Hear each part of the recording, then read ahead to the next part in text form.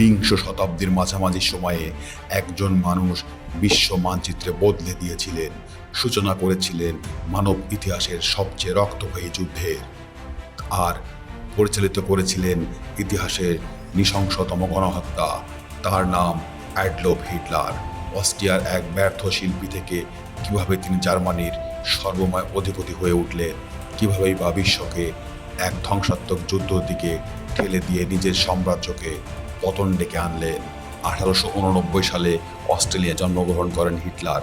যৌবনে চিত্রশিল্পী হওয়ার স্বপ্নে ভিয়েনায় গেলেও আর্ট একাডেমির দুবার প্রত্যাখ্যান হন। চরম দারিদ্র্যের মধ্যে থাকার সময় থেকেও তার মনে চরম জাতীয়তাবাদী ও ইহুদি বিরোধী ধারণার বীজ রোপিত হয়। প্রথম বিশ্বযুদ্ধ তার জীবনে এক নতুন মোড় আনে। তিনি বাভেরিয়ান সেনাবাহিনীতে যোগ দেন।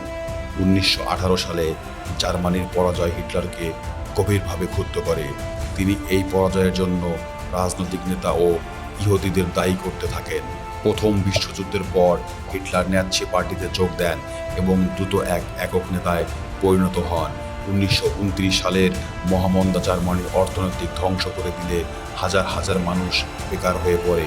এই রাজনৈতিক অস্থিরতাকে কাজে লাগিয়ে হিটলার জনগণের কাছে নতুন আশার আলো হিসাবে আত্মপ্রকাশ করেন। জাতীয়তাবাদ, কর্মসংস্থান এবং জার্মানির সম্মান ফিরিয়ে দেওয়ার প্রতিশ্রুতি দিয়ে 1933 সালে তিনি জার্মানির চ্যান্সেলর নিযুক্ত হন। খুব অল্প সময়ের মধ্যেই গণতন্ত্র ধ্বংস করে নিজেকে একচ্ছ একনায়ক বা ফুয়েরার হিসেবে ঘোষণা করেন। ক্ষমতায় এসেই হিটলার জার্মানির সামরিক শক্তি পুনর্গঠন শুরু করেন। 1939 সালের 1 সেপ্টেম্বর তিনি পোল্যান্ড আক্রমণ করেন, যার ফলে ব্রিটেন ও ফ্রান্স জার্মানির বিরুদ্ধে যুদ্ধ ঘোষণা করে শুরু হয় দ্বিতীয় বিশ্বযুদ্ধ। বীর্যগৃত বা বিদ্যুৎ গতির যুদ্ধ।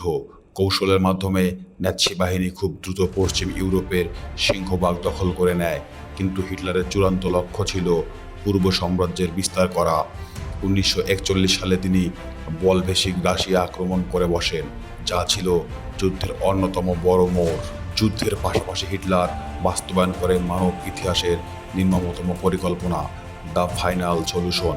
এটি ছিল ইউরোপ থেকে ইহুদি জাতিকে পুরোপুরি মুছে ফেলার এক রাষ্ট্রীয় ষড়যন্ত্র। কনস্ট্রাকশন ও ডেথ ক্যাম্পগুলোতে গ্যাসে শ্বাসরুদ্ধ করে ও নৃশংসভাবে হত্যা করা হয় প্রায় 60 লাখ ইহুদিকে।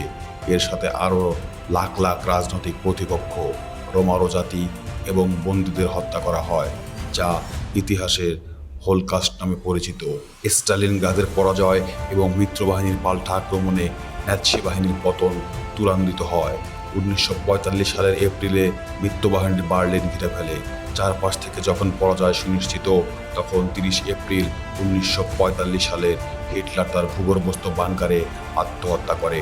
হিটলারের 12 বছরের শাসন ব্যবস্থা বিশ্বের বুকে রেখে গেছে কোটি কোটি মানুষের লাশ, ধ্বংসস্তূপ, একটি মহাদেশ এবং এক চিরন্তন শিক্ষা।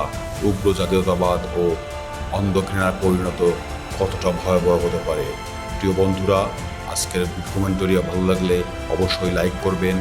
আরও নতুন নতুন ভিডিও পেতে আমাদের চ্যানেলকে সাবস্ক্রাইব করতে ভুলবেন না। এটি আমাদের মনের জোর বাড়িয়ে দেয়। ধন্যবাদ।